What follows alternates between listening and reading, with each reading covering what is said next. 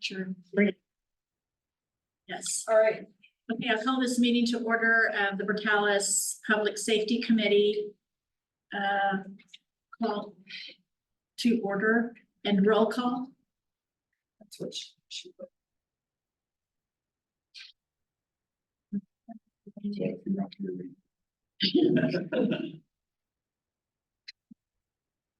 Okay, so we do have some absent. Okay, so we do have a quorum, I presume, yes? Yeah. Yes, okay. We have in your packets, everyone should have a packet, approval of minutes for the November 11th meeting. No packet, no packet. Okay, so if there's no changes, then we'll go ahead and approve as brought to us. So all those in favor say aye. Opposed, same sign. I didn't print the minutes off, I didn't have them with me. But I. Okay, minutes are approved. Okay, moving on to item number 4, report update from public safety departments. We'll start with Chief Kathy for the fire department. Yes, ma'am. Thank you, Madam Chairman and committee. A lot of this is going to be repeat for city staff and for you. So if you want to take a nap for free. Oh, no. But I condensed it from our annual report we did in council last week. As we go on to the next slide, we often discuss in our officers meeting around the station what it truly takes to be prepared and ready to serve our community to ensure we're providing the highest quality service. Those goals, coupled with our current staffing, has developed our priorities of personnel immediate and long-term safety, as well as our performance on emergency calls, which takes pride in ownership, safe operational staffing levels, safe operational equipment, high quality training, efficient and effective apparatus checks to ensure all of our equipment is functional and where it needs to be. As we move on to our accomplishments from the previous year, had 2 personnel that obtained their intermediate, 2 that obtained their EMT basic, 4 that obtained firefighter 1 and 2. We received $25,000 from the Trauma System Development Grant for our 4th powered stretcher. We eliminated our mandatory callback. Our EMS billing specialists continue to do an amazing job collecting 87% of the collectible amount, which equates to just under $940,000 for the previous year, calendar year, to be specific. And that was billing 2,175 total claims. We've also got internet CAD and computers in the ambulance. That's decreased our reporting times to help with that aspect quite a bit. We instituted our IM responding from dispatch system. Currently, we have 4 in paramedic class, 3 in intermediate, and 2 in EMT basic this semester. As we move on, we're going to talk a little bit about our legislative update. There's 2 major bills that have made its way to the governor's desk that we're hoping to see signed. Senate Bill 151, which would be an additional $11 million EMS Fund Act. It would be huge for EMS services across the state, and it is recurring. Then House Bill 88, which was $25 million for firefighter EMT.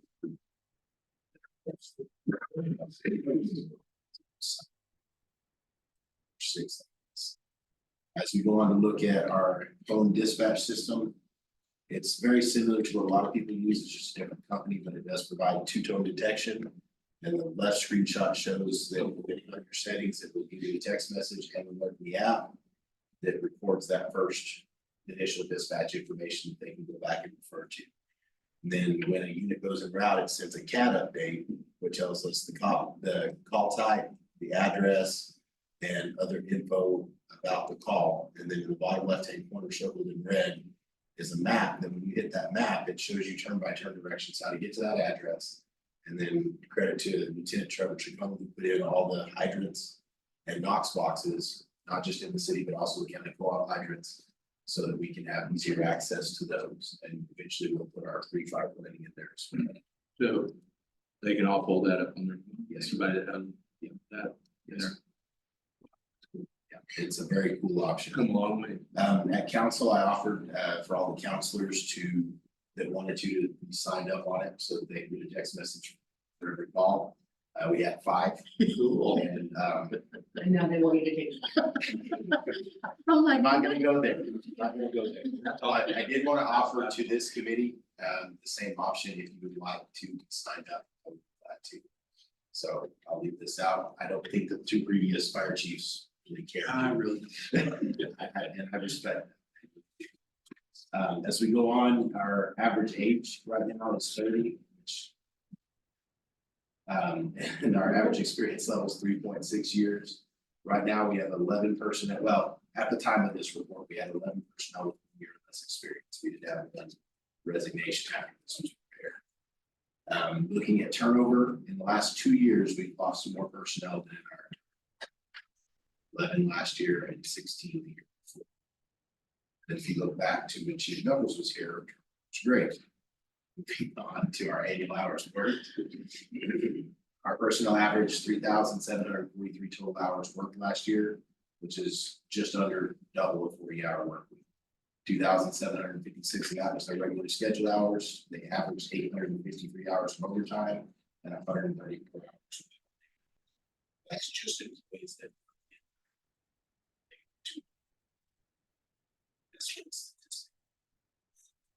As we go on to talk about run volume, the earliest we have run volume is from, the run data is from 1989, and it skips to 1992, but statistically it increases 3% per year. But in 2021, it increased over 35%.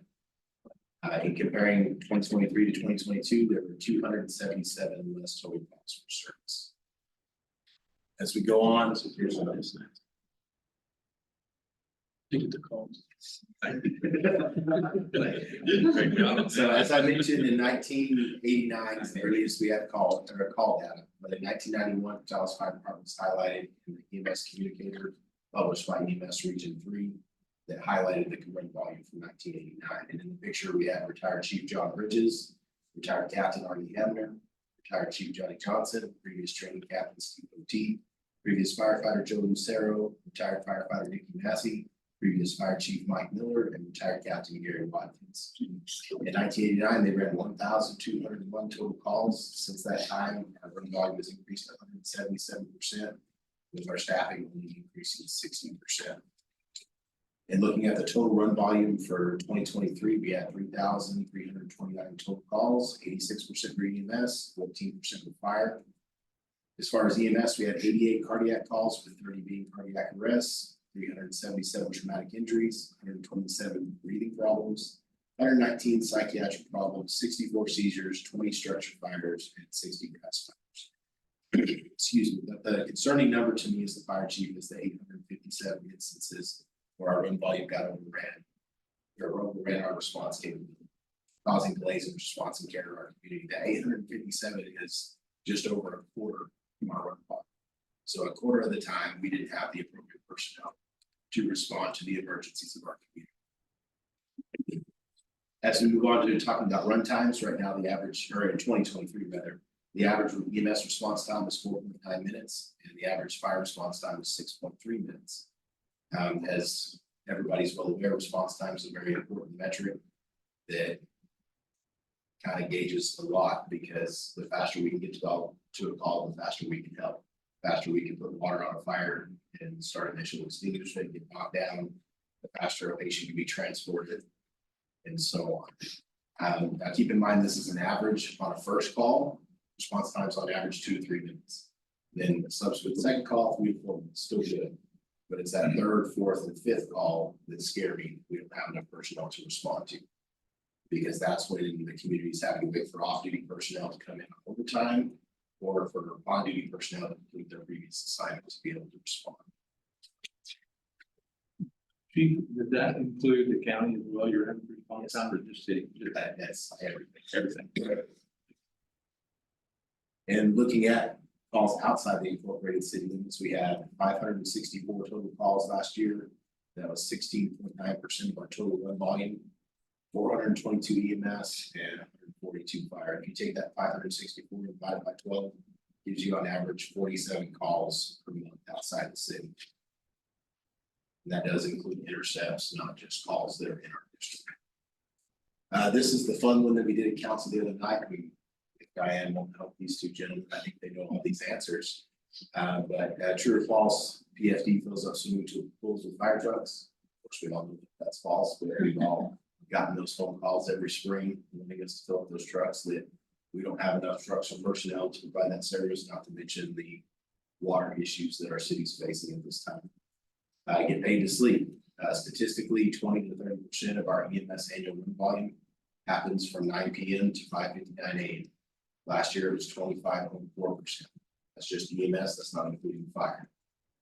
Not to mention, we're not paid to respond, we're paid to be ready to respond. True or false, we sit around watching movies and playing games all day. I don't know who's playing.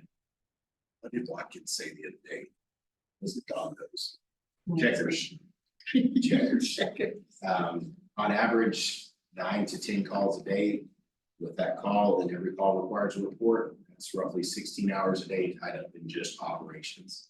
Leaving 8 hours a day for the 336 hours of training that's required by ISO and EMS recertification, public education, city training, pre-fire planning, and all the other things that we need to do. So there's not a whole lot of time for playing games. Get paid less because their schedule allows them to work a second job. I think the hours worked is an illustration that there's not a whole lot of time after they've dedicated themselves to providing services to the city to provide that second job. Not to mention time for a family time, hobbies to decompress and de-stress, much less a second job. I can't answer this next one when Kelly said next week because she's overhead in control. But it is false. We do not rescue cats from trees. Use the harm and stop statement about that. If you'd like to hear that, I'll wait till after the meeting to share that with you. I scored the largest bowl of banana pudding rescue cat. Did you? I just leave it on Thanksgiving morning. That's awesome. It was. I'm not kidding. Yeah. And then another one that we've seen on social media especially is that Station 2 was a waste of taxpayer dollars. Station across from Lindsay Stein. I disagree. The city put in 200, well, let me go back to the beginning. We also donated the land for that station, which is greatly appreciated. The city of Portales put in 200,000 in addition to the 500,000 that our chief Knuckles rolled in for the initial $700,000 down payment. And then we pay out of our fire fund, which is a portion of homeowner and business insurance premium tax that we give to the state. It's filtered out for our fire funding for that $1 million loan each year. So I really disagree that it's a waste of taxpayer dollars because that station earns us in fire fund about $65,000 a year. That's why it's a main station. I think it's relative to where you live. Vision close to home. Across the tracks, it may not have access. Definitely. So some of our ongoing projects, we're working to increase personnel per shift, to increase our response capability so that we have those less instances where we don't have people to respond. We're working on employee development and training, trying to get 3 additional personnel certified as paramedics, as well as all personnel EMT intermediate fire 1 and 2 certified, and fire 1 and 2 certified. We're trying to find a way to fund our apparatus replacement plan and continue maintenance on our aging high mileage units. We really need to add a 5th type 1 ambulance. And it'd be really nice if it was full wheel drive. And on that note, we have been told that we are receiving some capital outlay for that purchase, 200,000 from capital outlay and 80,000 from some cannabis, something or other, for that purchase. Yes, Excuse me, why for the ambulance, 4-wheel drive. 4-wheel drive? Yes, ma'am. Specifically for the times we're going out on our sandy roads, having to do rescues and stuff, it makes it a lot safer for our patients. It's not so much for the snow and stuff like that, because that's not the major concern. But It's the terrain that we it would have be out. the terrain outside the incorporated city. Thank you. Yes, ma'am. So we've received notice that we're probably going to receive some funding. The sad thing with that is our normal ambulance company, Fraser, is out a year before they can put us on a list for what used to be called demo.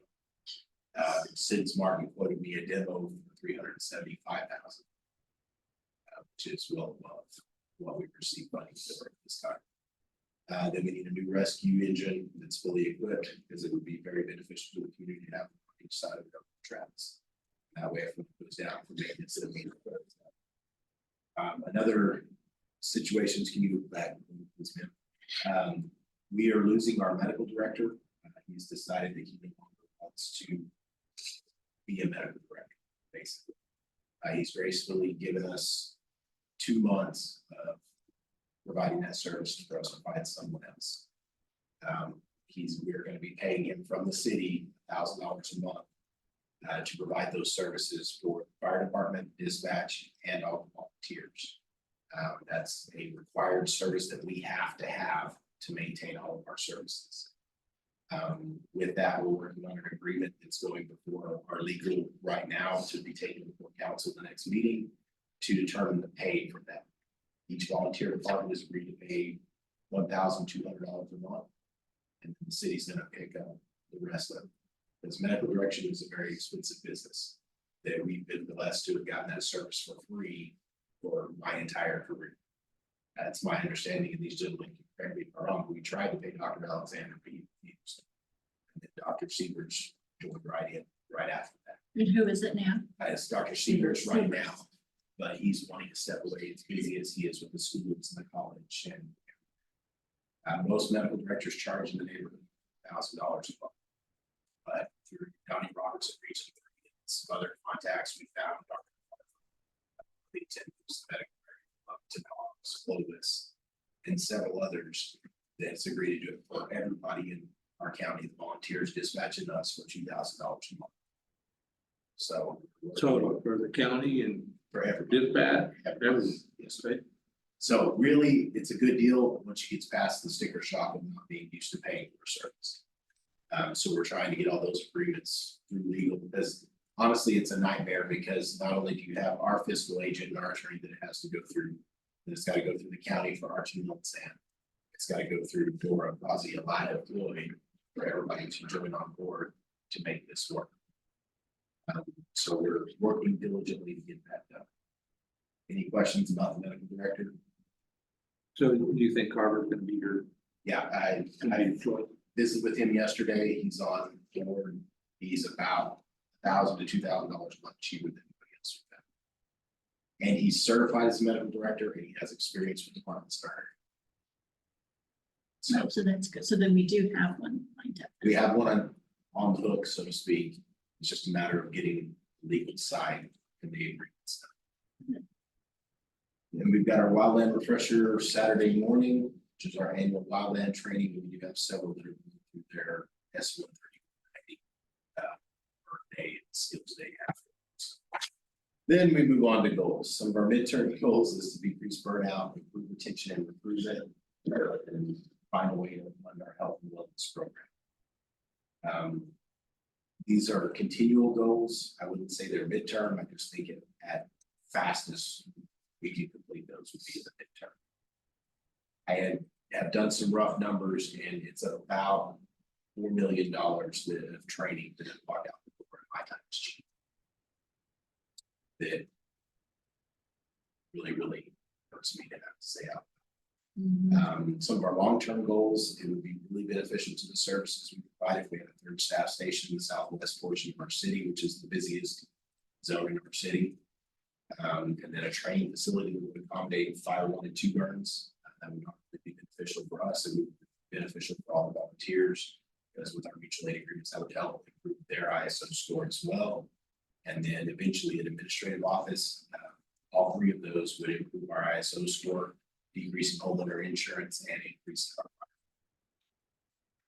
At the meeting on the 13th, I asked council to respectfully requested their support to increase our shift staffing to improve community and personal safety, improve public safety hourly wage so that we can retain and recruit our highly trained personnel, and to help us find funding for our vehicle. I'll be glad to answer any questions, and thank you for your support.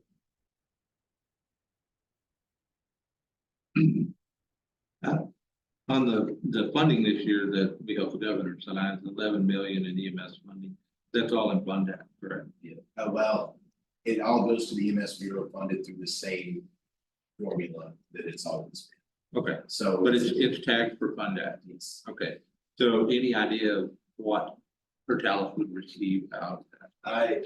Based on the calculations that I've seen and done, it's about 5 times our annual distribution, so it should be in the neighborhood of 70,000. Like that. But what I'm most excited about is the increase in grant funding opportunity, because it takes it from about 640,000 to 3 million available for grant funding. Because last year they were only able to fund 2 ambulances statewide. Yes. But that's not enough for a state our size. 3 million would help a lot. Help. Yes. So that would be the local system and be able to purchase both. Yes. Which we do have grants in for both of those. On your ambulance funding, Chief, you said you've already got some funding in place and grant funding for the 4x4 ambulance? I'm not sure how it's worded on the capital. I'm not sure if that's because we had 2 ambulances on it's 4-wheel drive, it's 2-wheel drive, Okay, so I'm not sure exactly. how so that works. whichever one they fund, you're still gonna have to purchase per specs in your ICIP project. Okay. That was my next question. If you had to buy an ambulance that wasn't a 4x4, Yeah. you could afford better. Yeah. Okay, Realistically, our ambulance fleet since 1989 has not increased from 4. Right. Now, there have been a lot of different times between 1989 and now. At one point, we were having to transport to Clovis all the time. That takes you out of service longer.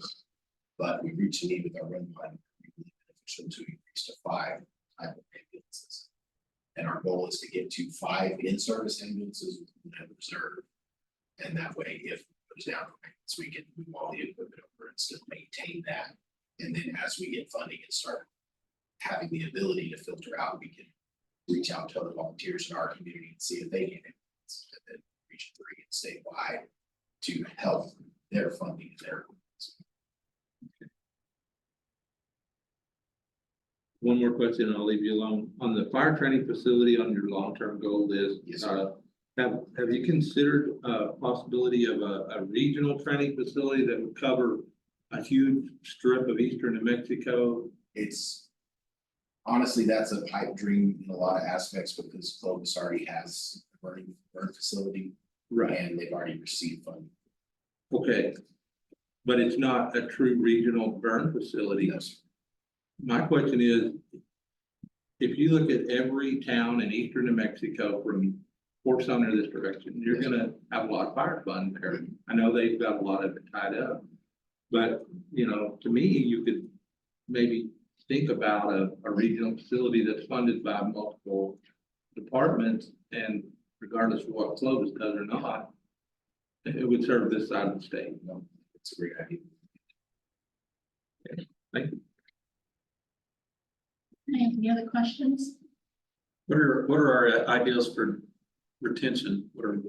Have we considered anything or? We've considered a ton. The problem is funding. Right now, in looking at the people that have left during my time and looking at exit interviews, the main 2 reasons people leave is pay. So finding a way to improve those will help not only pay our loyal employees better that have stayed, but also attract employees with maybe some certifications.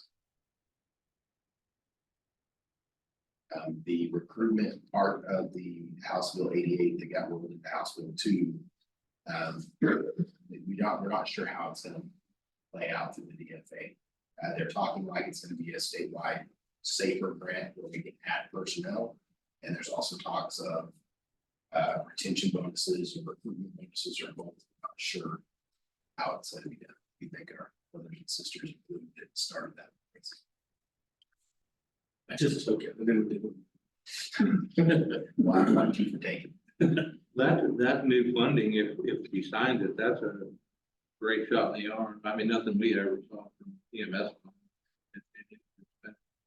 That's great news. I'm just barely reviewing these numbers and haven't quite comprehended all of them, just a few that you threw out. It seems to me like, just from a cursory glance, that if you improved your recruitment issue, a lot of the other money that you're spending would actually be able to be used as opposed to, Yes, sir. a lot of the money we spend right now seems to be like we're spending it to send it to somewhere else. We have. Oh, yeah, that's not a new Yeah. problem, but it just seems to me, just from the bare numbers that you've thrown out. If you were just gonna strike a blow that would give you the best possible outcome, both financially and from a public safety standpoint, seems to me like that might be the one issue that if we were able to come up with some kind of a solution, it would make a big difference across the board financially. I agree. Kind of same problems, different day, huh? Yeah. I mean, it's always the same. Of course, it's always funding. I know chief down there can tell you the same story. You train them and then you lose them. And there goes your money out. Yeah, and I think some of it's funding. I don't think it's all, a lot of it's funding. A lot of, we'll be honest, a lot of it is if you can't pay somebody to stay, they're not gonna stay. But Well, and, you know, there's 10 things that keep people out of job, and one of those is pay. And I actually did a full study within our department, had them rank them, their highest priority to the lowest. And pay was not in the top 5. It was in the bottom 5, but they do want to feel appreciated. But we've lost a lot of really good employees over the years to higher paying jobs because they couldn't afford to support their family. And that's what we want to try to. So when they go to higher pay, they go to different locations, Different, well, not necessarily different locations, but different industry as well. but then different locations where it's higher cost of living to live there. Well, and the perfect example I have for that is Nathan Coleman, who was one of the best firefighters and intermediates that I've ever worked with. That had to leave because he couldn't support his family, he went to the electric. It's same cost of living, same locations. We've got many go to the wind farm. Yeah, I mean, then you go to the wind farms. They can go from $12 an hour. Well, and I know a lot of times when I worked for the school, we had a lot of people that drove our buses that left the school to go work in the oil fields. Mhm. But then they made really good money in the oil fields while the oil fields were working. Sure. And then all of a sudden, no longer, and here they come, you know, like we still pay, what, $12 an hour, $15 an hour, that's okay, because right now I have no other place to go. So do you know what I'm saying? Which, And I think it's with the police department, they bounce back from, county sheriffs, they go to the police department, they go to the EDMU, so it's just a matter of, well, and I really feel for the Dallas Police Department, SO and Eastern PD, because they're all fighting for the same thing. right, And that's in our backyard. So I feel for the police chief and their staffing woes. Because we don't have anyone in our county that we're really competing against. yeah, But you're the same, unlike the schools where you cannot return to work. Is that correct? unless they sign. If they sign it, we can. The new bill. Yeah. Right, and that's what If we're, they were retired before December 31st of what year? 25. Yeah, and it's only going until, I think, July 27th. This is a short-term Band-Aid, basically, is what it is, saying, hey, we're not gonna punish you to come back to work, but you can't do this forever, kind of thing. well, and that's what they've done with the schools. The educators were able to return to work after retirement, but then they had to sit out a certain time. So then they sit out, well, then they said you could come back now for as long as you want. Well, now they put a stipulation on that. You can Yeah. only come back for just a short period of time. So, I mean, it's the teacher shortage, same thing. I mean, it's just, yeah, so. Well, yeah, it's constant. I'm sorry. Yeah. Okay, any other questions? Could you touch really quickly, Chief, ma'am. on the fire hydrants for the record? So for the record, I've been notified by the water department that they have been in the process of assessing and working on a lot of the hydrants that are out of service. But I don't know what hydrants are, so we haven't updated our list. I think he's waiting, I'm not sure, I know he just had a baby, so that's his priority, that's taking precedence, I agree with We that. did say the one right over here.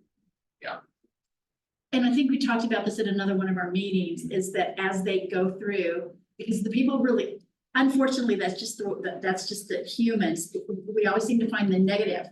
There's 60 of them that are fixed and repaired and working, but there's 3 that are not. And everybody's looking at the 3 that are not. So I think we had talked about possibly that when they start getting on that roll and fixing, today we fixed 3 more, today we fixed 2 more. I mean, and just slowly let the public know, because all they're focusing on are the ones that are Well, and not. And as I spoke about in the water meeting Right. that you were part of. I feel that that's a great opportunity because there is a lot of It's a negative cost, around yeah. water. That they can use those, okay, these 5 hydrants are now fixed. And blast them out to everybody in the community. And then as they get more and as they get more to where everything's correct. Because they're understaffed just like the rest of us. Sure. And they're doing their best to get it done. Hopefully, you're hiring a public utilities director. I haven't heard anything. We did an interview last week. I heard him. I haven't seen anything for Well, I'm just see, there's, by painting some hydrants black, there's more awareness out there that, hey, maybe we need to fix these. Yeah, I wished I would have thought to recommend trash bags a long time Well, ago. I had a fire chief tell me that absolutely not. You cannot paint it black nor put a black bag on it because it's bad PR. It's, so I'm glad to see the awareness out there. I love it. I mean, I hate to see black hydrants, but at least they're black. I will say this, if I have my way, we will not be using that company ever again to test our hydrants. Because their calculations are not correct. I knew it. Anybody that has ever tested our hydrants knows that the coefficients are not what they have listed on there. Which affects the flow rate, which makes it a lot better than they really. I don't think Jesse's up to speed on this, but the company that tested all the hydrants, that they use the same coefficient on every outlet, on every hydrant in town, which that number in that formula makes a huge difference in your flow. And they use the best coefficient on every hydrant in, Now, from an ISO standpoint, that's great. that's great. From an operational standpoint. We know that if it's a blue hydrant, it's probably a green. Okay, we'll keep us posted on that. One more thing, and then it's a Yeah. positive with the baby box. Yes, ma'am. People are really excited about that and they're waiting, so. So the baby box has been delivered, as you know, but it's at the station. We're waiting on contractors to come and do the installation and everything. And then the other one, I did an interview with the paper yesterday, I believe, yeah. And what I'm most excited about is the resources that come before the baby box. And that are available to where that baby box is the last ditch effort. To where hopefully an adoption set up before and they get prenatal care and counseling and assistance that they need to where that, hopefully that baby box never gets used. But in the event it does need to get used, it'll serve its purpose and continue to operate just like when somebody walked up and handed us. Very good. Thank you, we appreciate this very much. Baby box is better than the dumpster. Yeah. Okay. Anything else for the chief? Can I take half a step backwards? Yes. I would just like to say, and I wasn't gonna bring this up, I was gonna talk to somebody later, but the high school, the hydrant at the high school that's not working, that might be one that you want to list as a priority. What, and the Chris Mendoza, that's, I'm not sure what his title is, assistant water superintendent. Yeah. He's over it, and the commercial buildings, specifically the schools, are the top right. Yeah, that one in particular, just. Of course, I see that because that's, You're there all the time. yeah, wait, well, not just that, I mean, I see the hydrants that are. I notice hydrants, even if you don't paint them black, I notice them, unfortunately, after. Brown Elementary used to be the worst school. Oh, yeah. We got literally no water. Right. Forever. And I guess they got some of that resolved after their reason dealing with that stuff. It's fantastic. At least we're making progress there. It's just that one at the high school, just really, And there's one close to Valencia too, Concerning. that's concerning. We need to really, really be proactive rather than reactive. We don't want to be reactive in this part of it, so appreciate it. Okay, very good. Thank you. Anybody else?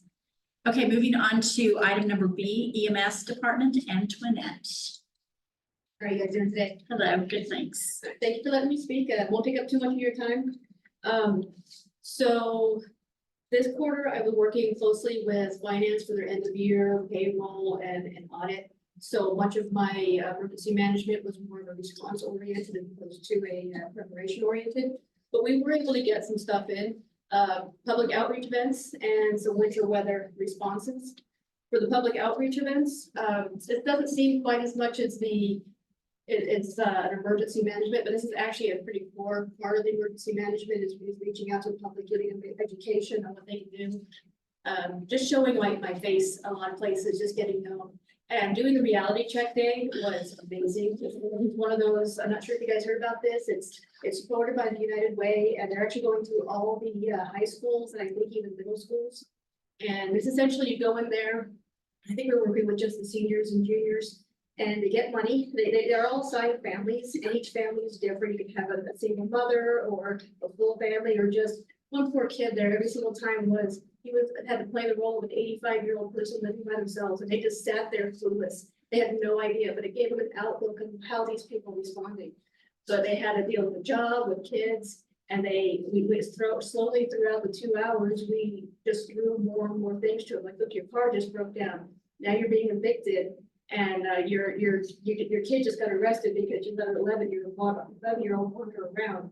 And it gave them a really good idea of some of the struggles that their family has to deal with and what they might have to deal with when they're older and good ways to prepare for it. We gave them instructions on nobody asked for help from the volunteer organizations like the churches. And that poor table was always empty the entire time. And at the end, we observed, you guys never asked for help, and it never even dawned on them they could ask for help. So a lot of that was just really good education for them. And it was just a lot of fun for people who were involved in volunteering. So I had a lot of fun with that. Hopefully I'll be able to do some more of those throughout the year. Grant review process. That was great. I was working with the United Way, gets a large sum of money. And this money they distribute to volunteer organizations in the community. And I was lucky enough to sit on the grant review process for that. We were able to distribute some money to Meals on Wheels and the Hartley House and Arise. Not the Hartley House, they're not here. Arise and the Food Bank. And it was frustrating. You want to give everybody more money, but it also helped me see the financial burdens of some of our volunteer organizations, ways to focus more and help with that. At La Casa, I was able to help with they're trying to not rebrand, but just trying to get their information out more. And I was able to speak more with La Casa and working with the leadership club at Easter. And I was able to give them some more information on emergency management, how we work, and if they're interested in that field, and basically how to prepare themselves for emergencies so they can be more self-reliant in a variety of emergencies. One of the winter responses, luckily we did have a relatively mild winter. It's technically still mild.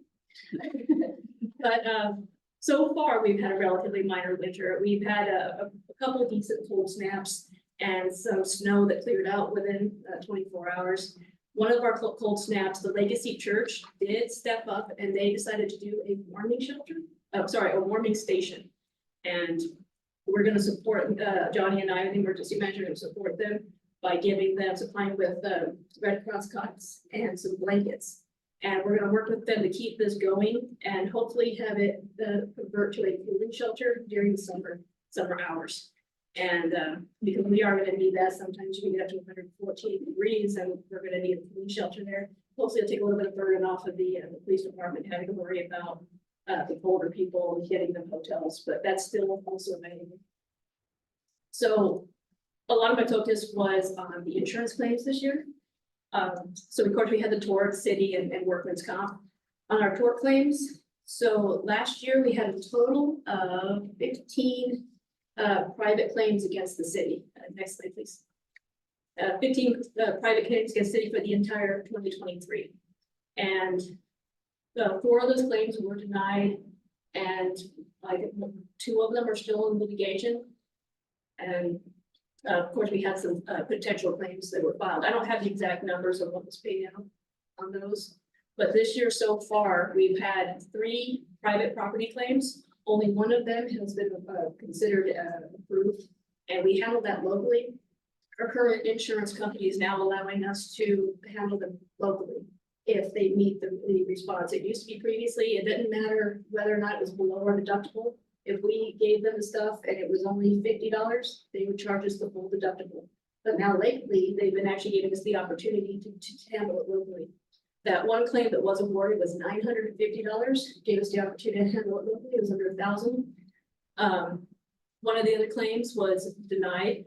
The person who submitted it, she realized within a day that it was actually not the city's fault, and she came back and voluntarily took it out.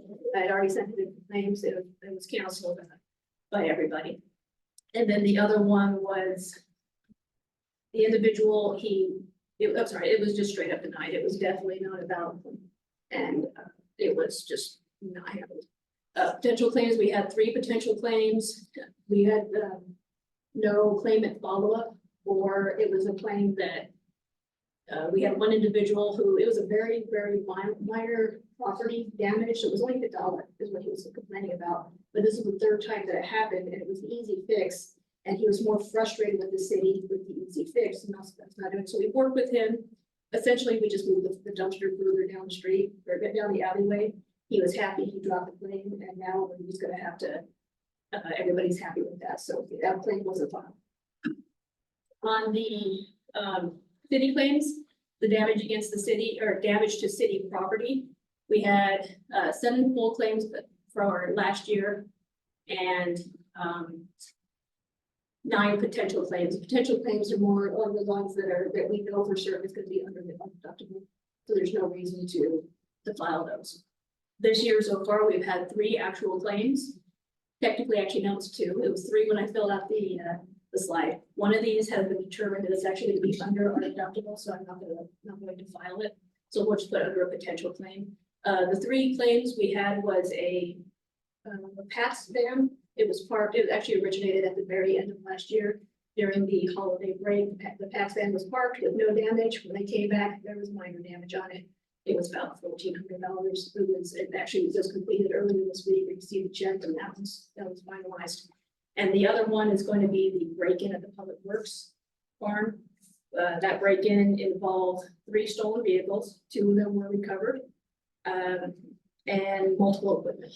That's still ongoing. The insurance company has accepted the claim.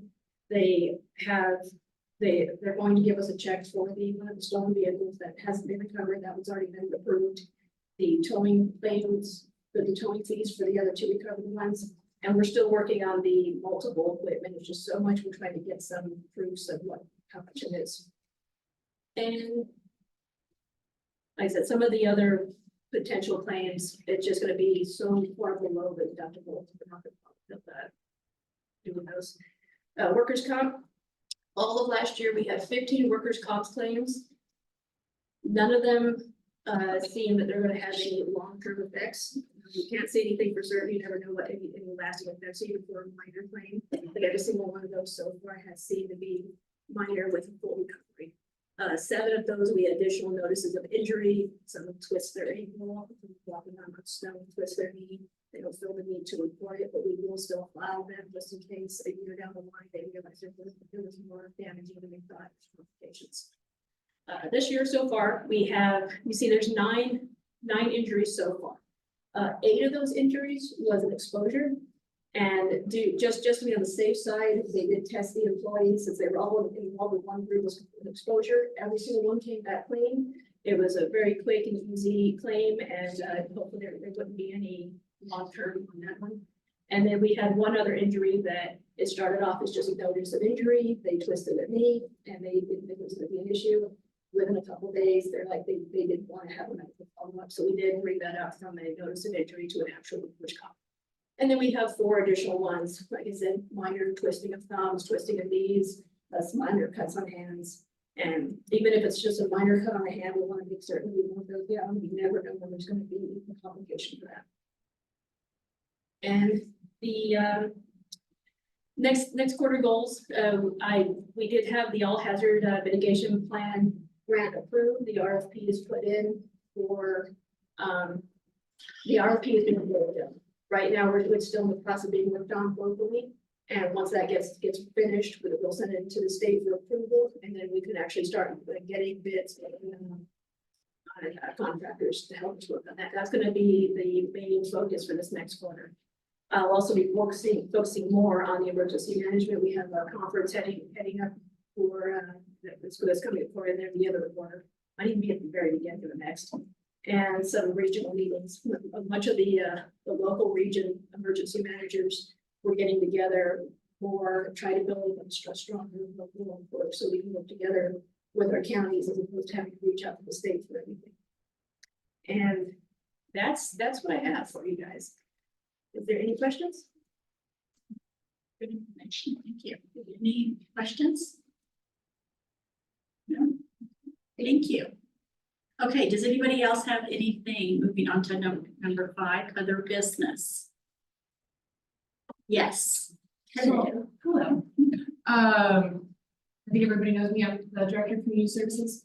We're bringing it here because we're starting to have a, I think it's gonna end up being a safety issue that's kind of new to the city, and we're not sure where to go with it, so we thought this would be a good place to bring it up.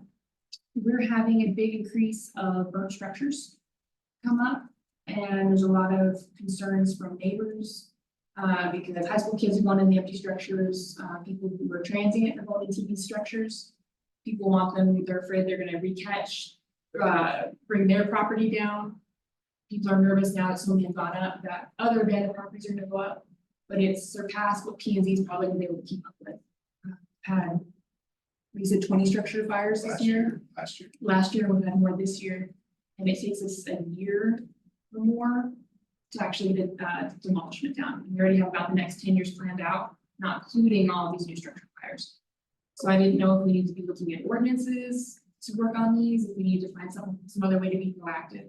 We have a lot of unstable residential and commercial buildings that are up and accessible by the public that can be demolished. It's just how we have everything set now, we're not gonna be able to keep. Have you checked with any other communities about what they do, or if they're having the same problem? Because I think, like when you were saying transients, I think that has become like everywhere. I mean, I think small communities are kind of exempt from that and not so much. You go to the larger cities and you can see lots of that happening, but now they're starting to filter into the small communities. So have you checked with anybody else as far as other communities? Not yet. I know they do more. They have a bigger planning zoning department, more funding, so they do quite a few more projects a year to keep up.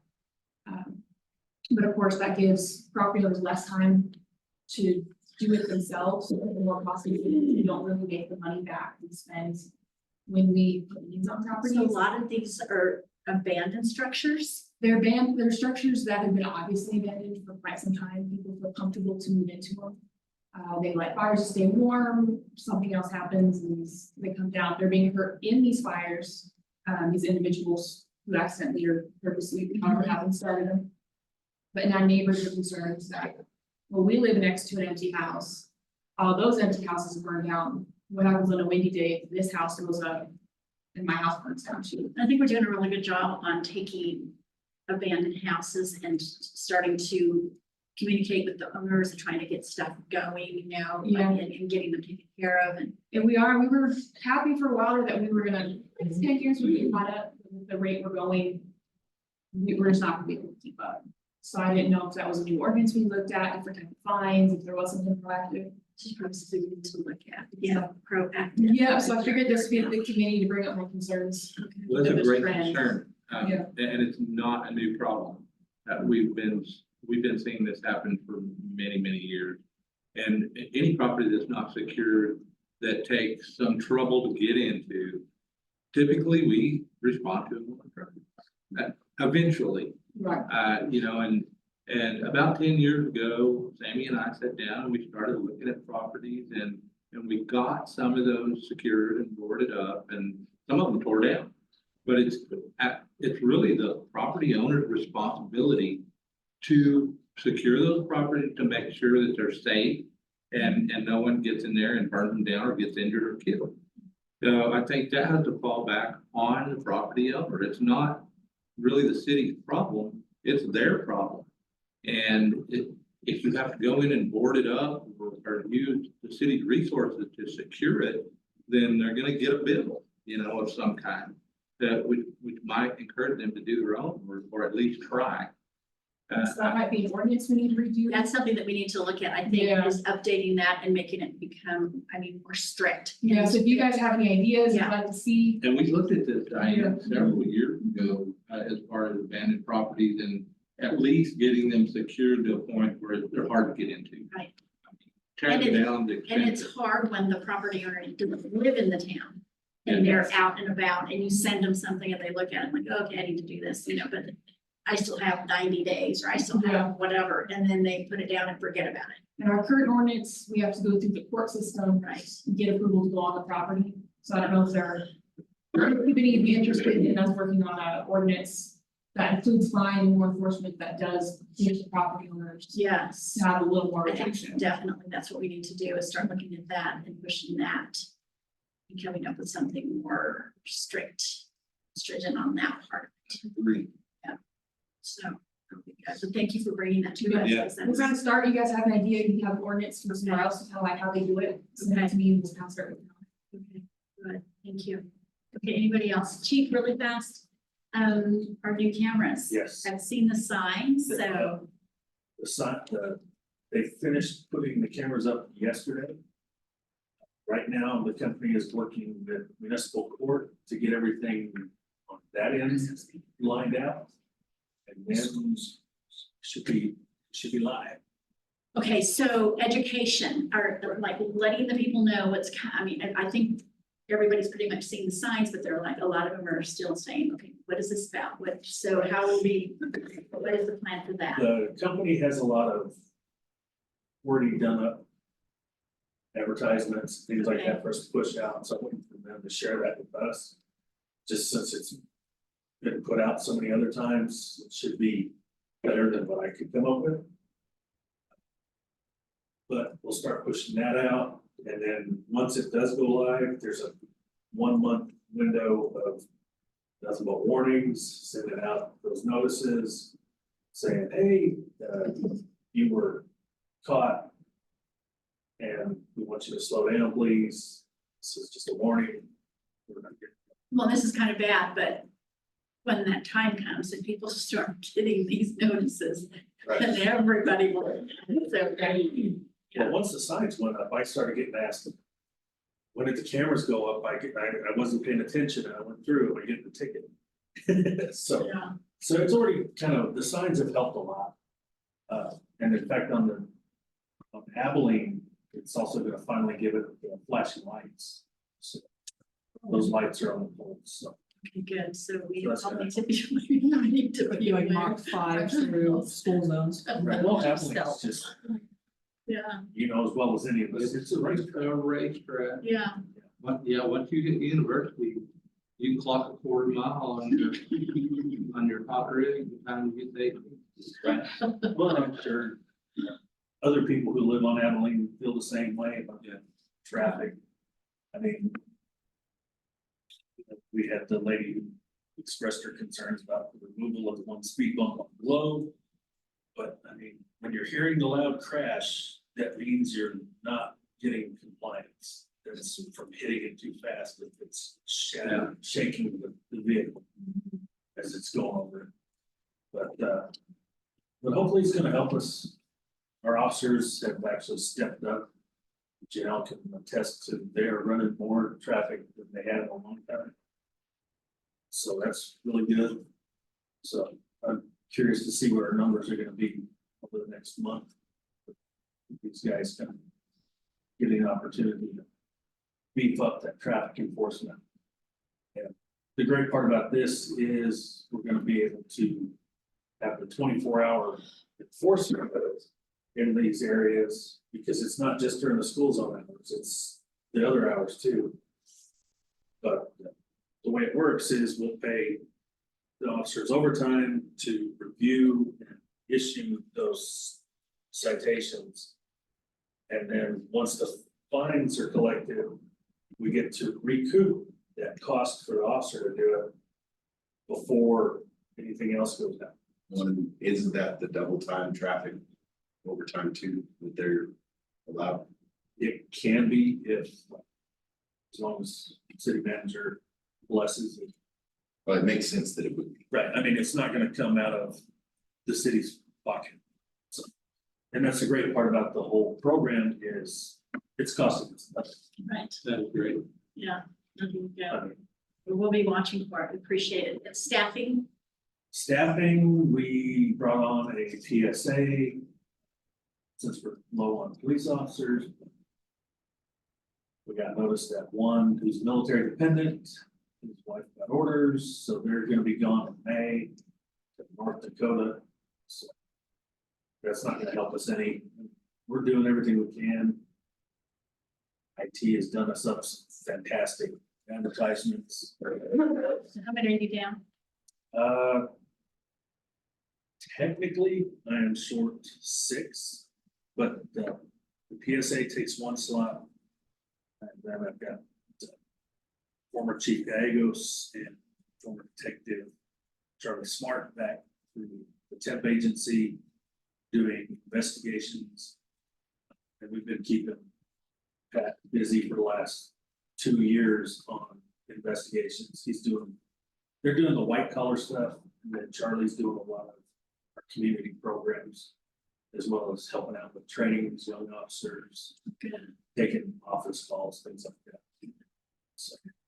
So we're getting a lot of the things that we don't get out of a regular Right. brand new police officer.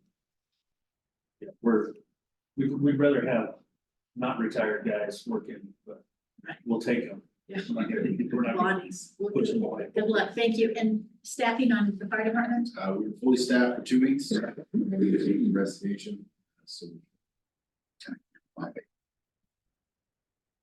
Thank you guys for everything that you do and everybody that in the room that works so hard for the city. I appreciate you very, very much. Okay, anybody else? Any other comments, questions? Chairman Parker, Yes. hello? Can you hear me? Hello. Yes, we can hear you. Perfect. Do we need to take the school resource officer opening down? No, ma'am. Okay, so the school is gonna pay for 2? Well, when I spoke with Mr. Kane, he said if we were ever able to fill that position, that he would not renew the contract with the county. But the agreement with the schools over the years was that if we had someone in there, they would pay half the salary. The city's never billed them. It's in our budget to have that position, so. If we can get there, Okay. we'll put some. Okay, thank you. Thank you. Any other questions? We've had that up for almost 2 years. Yeah, it's been a long We've time. had, I even did it. Fire. And that's really for the work, I think, especially to. Right. Because that would be a perfect position for It's got a an possible- older retiree that would fit that role. Right. So, rather than a young guy in my country. right, Okay, any other comments? Anybody? Janelle got her 3rd rating. I did. Oh, I'm sorry, tell us about it. Well, I'm Janelle, I'm the director of the communication center. We got our 3rd radio console, dispatchers never had a 3rd radio console, but we have 3. So now that we can have 3 dispatchers on duty at a time, which is good because our call volume from 2022 to 2023 went up almost 20,000 calls. Wow. Well, that's good. Good to know. And it's up and running? Yes, Oh, good. yes, it was installed last week Oh, good. and Okay. it works great. In fact, we found that the new 911 system does a much better job of tracking things. So she's actually getting accurate numbers of 911 calls that come in now. Which is why it's a huge increase from before. Right. It was Last year- they weren't able to track it. Yeah, last year when I had to run the numbers, all we could go off of was our records management system. Which showed us 1 911 call per incident. Yeah. Not the 20 911 calls they may get for 1 incident.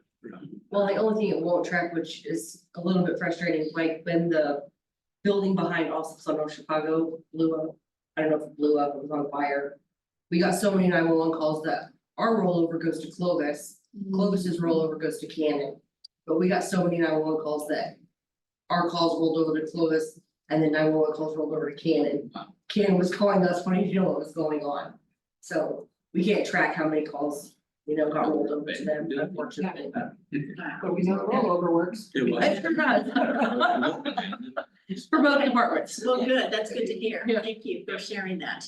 Okay, anybody else? Oh, yes, Chief. Just as far as the ongoing county and city negotiations, Veronica may want to say more, but I was at the county commission meeting. This applies to Janelle. They're planning a big meeting at their second meeting that'll be at night for the county commission to discuss the upcoming dispatch agreement. And they also selected Mike Rackler to be the secondary person for negotiations for the city. Okay, very good. Good information. Did you want to touch on that, Veronica, at all? Yes, I do. I actually want to give Janelle and the department kudos because they said that everything has been running really smooth for the last little bit, and they're very excited with the service that they're receiving. And they did praise you guys at the county meeting. So good job to you and your team. And if you will pass that along from the rest of us, we appreciate everything you're doing to keep your Thank you. department running. Thanks. Thank you. That was good. Good meeting, good information. Thank you guys so much. I appreciate everybody. Okay, if there's nothing else, this meeting is adjourned. Bye, Veronica. Thank you. Bye.